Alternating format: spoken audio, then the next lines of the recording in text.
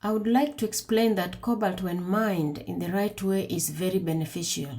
And DRC right now would have been like Saudi Arabia or these rich countries with everything. But the world is exploiting DRC. The big tech, big companies have refused to provide DRC with the right equipment in order to mine cobalt in the right way.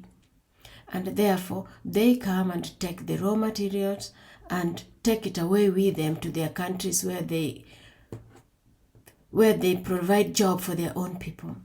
Cobalt is toxic to touch and breathe, and there are hundreds of thousands of poor Congolese people touching and breathing it day in, day out. Young mothers, babies strapped in their backs, all breathing toxic cobalt dust. Cobalt and coltan are some of the world's most vital minerals, used in cell phones and laptops and many other electrical products due to its ability to store and release electrical energy.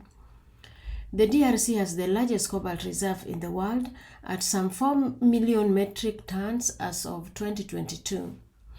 As the total global cobalt reserves amount to 8.3 million metric tons, this means that the DRC cobalt reserves account to nearly half of the world reserves of the metal. But who controls cobalt in DRC? This is a question we Africans need to ask all the time. Cobalt is now a unique commodity because it's primarily controlled by only the two countries, China and the DRC. The vast majority of DRC cobalt is shipped to China for refining and then sold to battery makers around the world. Also, independent traders at Mosomo, one of the areas in DRC, most of them are Chinese. They buy the ore regardless of where it has come from or how it has been mined.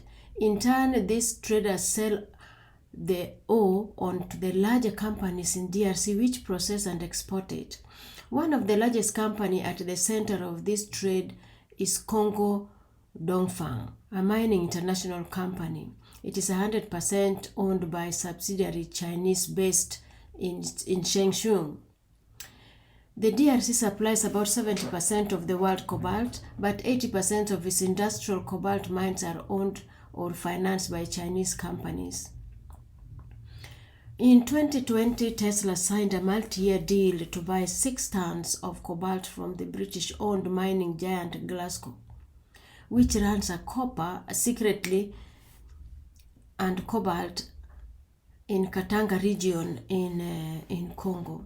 So if you see, even British people are involved, Americans involved, all the European countries are involved in mining in Congo at some point, which they will not let the mainstream media know about.